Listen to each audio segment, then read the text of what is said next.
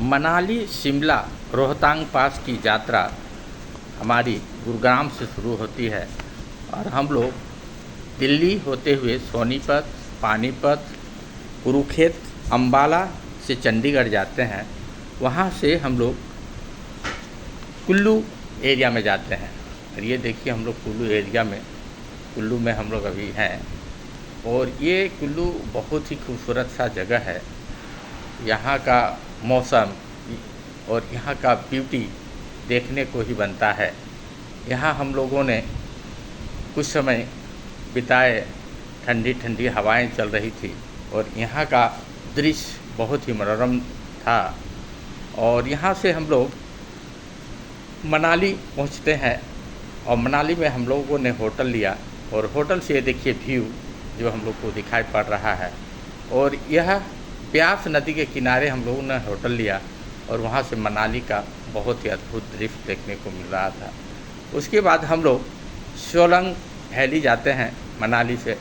वहीं पे अटल टनल भी है। सोलंग वैली के बाद अटल टनल जाते हैं। अटल टनल में हम लोगों ने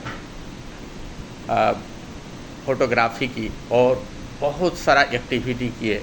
कहा जाता है कि अटल टनल बनने के बाद लेह और लद्दाख का रास्ता बहुत साफ़ हो गया है, क्योंकि वहाँ जाने के लिए ये रास्ता हमेशा बंद हो जाता था।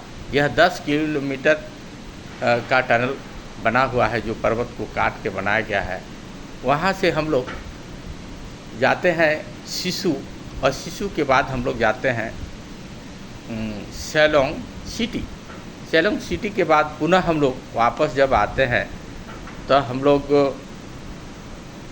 सोलंग में आके पैराग्लाइडिंग ये करते हैं। हमारी ये देखिए नतनी जिन्होंने पैराग्लाइडिंग छोटी सी उम्र में की है और ये काफ़ी ऊंचाई से अद्भुत सा दृश्य। और ये चिनाब नदी के किनारे हम लोगों ने सिसु के पास बैठ के ये फोटोग्राफी लिया था। ये बहुत ही सुंदर जगह और यहाँ ठंडी ठंडी हवाएं चल रही थी और धूप भी काफ़ी था। फिर हम लोग वहाँ से बैक अटल टनल आते हैं। फिर हम लोग सोलंग वैली में बहुत सारे एक्टिविटी करते हैं और सोलंग वैली से ये बर्फ़ के नज़ारे दिखाई पड़ते हैं। और उसके बाद यहीं से हम लोग की यात्रा जो है आगे बढ़ती है और हम लोग यहाँ से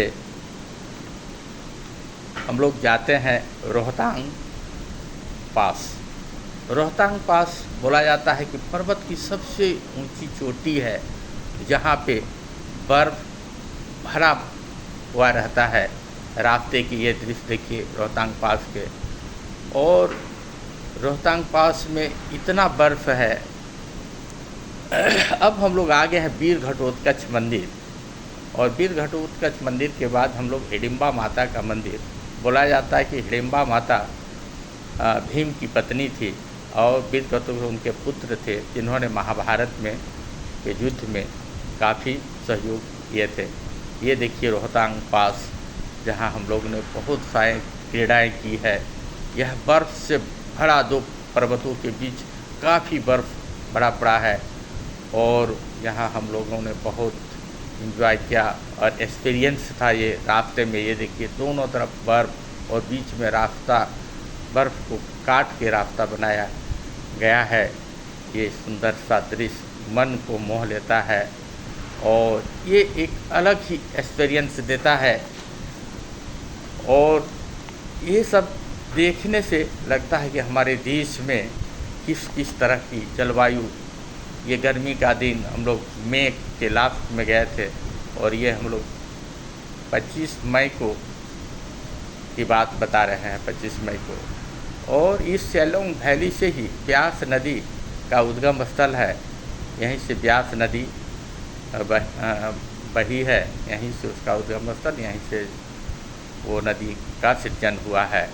ये देखिए चहलकदमी करते हुए हम अपने नाती के साथ। और ये बर्फ़ का देखिए जो रोड के दोनों तरफ बर्फ़ काट के रोड को क्लियर किया गया है और बहुत ही आनंद आ रहा था।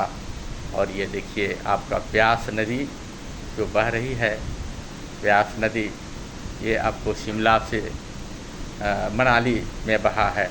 और उसके बाद हम लोग यहाँ से शिमला जाते हैं।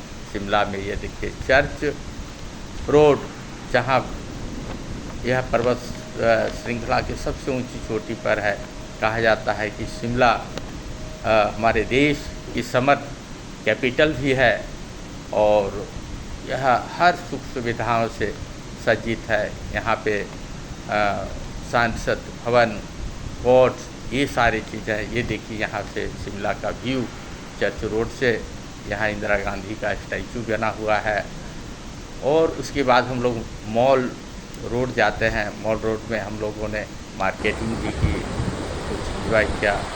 ये हमारी बच्चियाँ जो ब्यास नदी में अपना कुछ फोटोग्राफी और मनोरंजन करती हुई।